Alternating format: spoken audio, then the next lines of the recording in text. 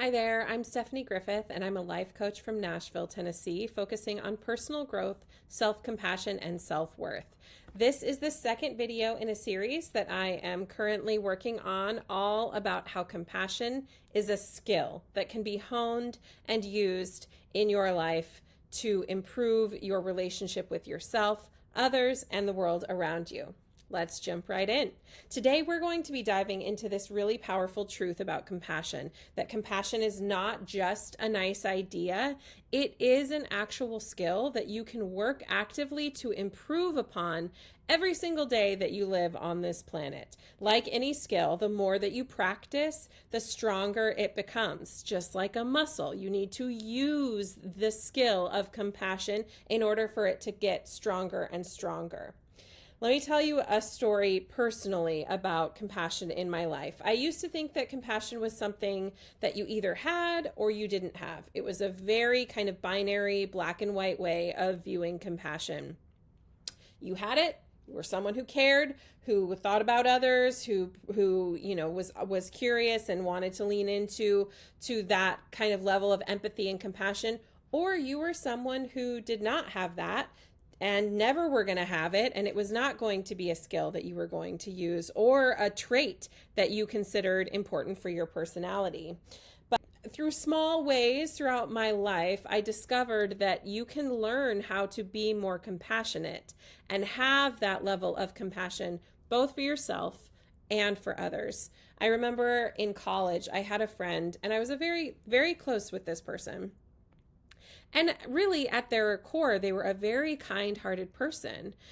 And at the same time, they were extremely critical, extremely negative towards other people. When other people were having issues or doing things or exhibiting behaviors that this friend of mine felt judgmental toward, she was not having it. She would go straight into a deep, deep criticism of those people. And I started it made me uncomfortable, and I wasn't quite sure what to do. I've always been someone who has leaned more towards seeing the humanity in others and being more compassionate. It's my natural state. And I started, when she would go into critical mode, I started just kind of throwing out a phrase here and there. One of the things I would say was, to each their own, or to each his own, when she was criticizing a specific behavior from someone else. And I started noticing over time that she noticed that. And she noticed when I was pausing and I wasn't joining her in bashing this person, getting angry and upset at this person's behaviors.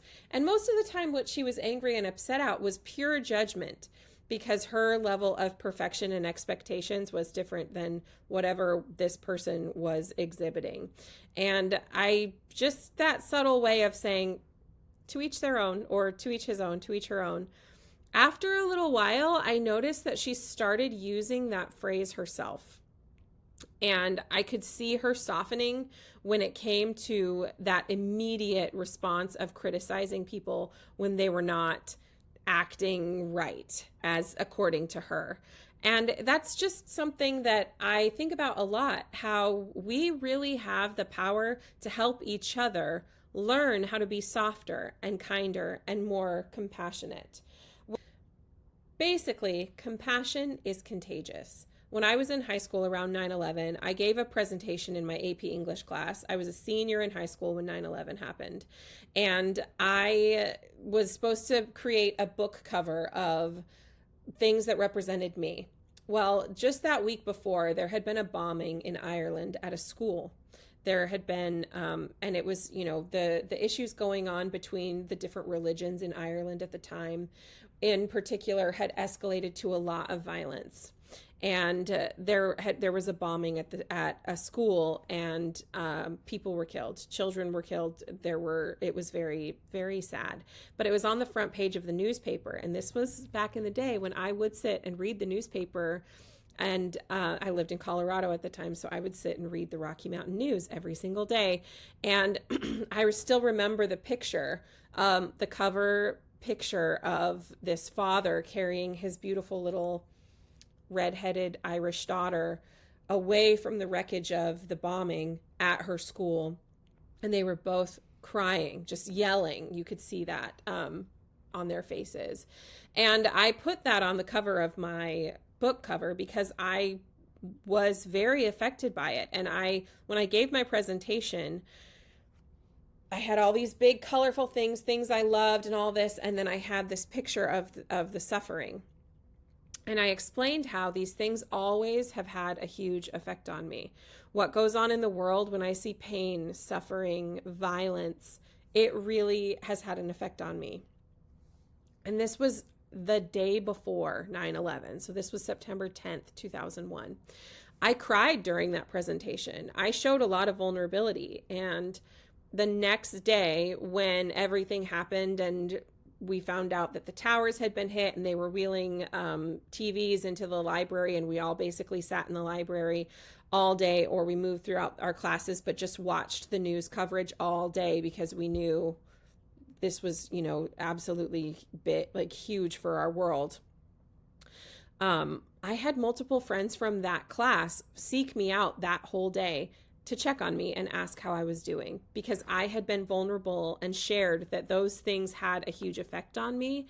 People felt the need to come and check on me. And I've thought about that for like 24 years since that happened. And it often comes up when we show compassion, we give other people permission to show compassion. And especially for those people that it is not a default setting, that it's not something that they have honed and practiced and have a skill, it is absolutely necessary for those of us who do have those skills to demonstrate them, talk about them, and model them for other people. Our world needs so much more compassion, kindness, empathy, and love. And we can bring that to the world. So if you're like me and you're a person who is very much a default compassionate person, then lean even more into that. How can you lean more into that? And if you're not like me, if you're someone on the other side of the spectrum who isn't somebody who naturally is more compassionate, empathetic, understanding, curious about other people and their feelings, then that's what we're here to talk about, is how can you be a little bit more compassionate from wherever you are starting today. Compassion is a skill. Just like anything, when you're wanting to get stronger, it's a muscle. Repetition builds that strength. The small daily acts of being compassionate towards yourself and others will start to trickle out and ripple out into the community around you and into the rest of the world. Those neural pathways in your brain can get stronger, and they can shift and grow and fire in new and exciting way. If your default setting is not to reach for curiosity, compassion, empathy, understanding when other people are showing emotion or making you upset or anything like that, doing things that make you very frustrated, angry, upset, then you have the ability to change and shift those narratives, to learn how to hone that skill of creating that pathway of connection and compassion for yourself. Resilience grows when compassion becomes the default. The more compassionate you are for yourself in those small daily moments, the more compassion you will have for others. Here's an example of what you can do. When you are speaking to yourself, when you make a mistake, instead of going straight to criticism, anger, and upset, lean into curiosity instead of judgment. Take a breath. When someone disappoints you, when they're angry and they do something outside of the value system that you ascribe to and you get triggered or upset, take a breath and lean into getting curious. Often when we're disappointed in someone else, we need to kind of check in about our own communication. Have we set expectations in a realistic way for this person? Have we informed them that they are not meeting our expectations in a kind and compassionate way? A lot of times we get upset at somebody else because they haven't met our expectations, but we have not communicated what our expectations are. That is really important. People are not mind readers. Even your partner, even someone who's super, super close with you in your life, nobody is a mind reader. Even the people who know you the most are not always going to understand exactly what you want and what your expectations of them are. And just in your own way, if you have 100% perfect expectations of yourself, you are never going to get there. You're never going to meet those expectations. So for your daily compassion rep to strengthen that muscle of compassionate practice, when your inner critic comes up, when you find yourself criticizing yourself or others because of something that they did, something you did, falling short of an expectation, I want you to pause and physically put a hand on your heart before you allow those angry, frustrated emotions to take over. Put a hand on your heart and ask, what would compassion say right now? If you had the most generous view of somebody, what would compassion say? What would you say? That's a rep. Every single time you do that, it becomes a new pattern and a new practice. So a prompt for you to think about as you go throughout your day. Where in your life could compassion change the way that you feel? Where in your life every day could having more compassion for yourself and others change how you feel overall? Are you someone who's struggling with things feeling heavy and hard all the time? And in this world that we live in, things are heavy and hard. But if you are somebody who is going further into criticism, anger, frustration, every single time something happens, then that is what you're putting into the world. If you're able to pause and reflect and write down, where would compassion change the way that you feel about your life overall? That is going to help you shift your mindset towards a more generous way of living for yourself and those around you. Compassion is not about being perfect. It's about practicing presence and kindness one rep at a time so you can strengthen that muscle of compassion and resilience. I have a small starter kit that I have put together for those of you who are newer to the self-compassion journey or leaning into just trying to be more soft and tender with yourself and others.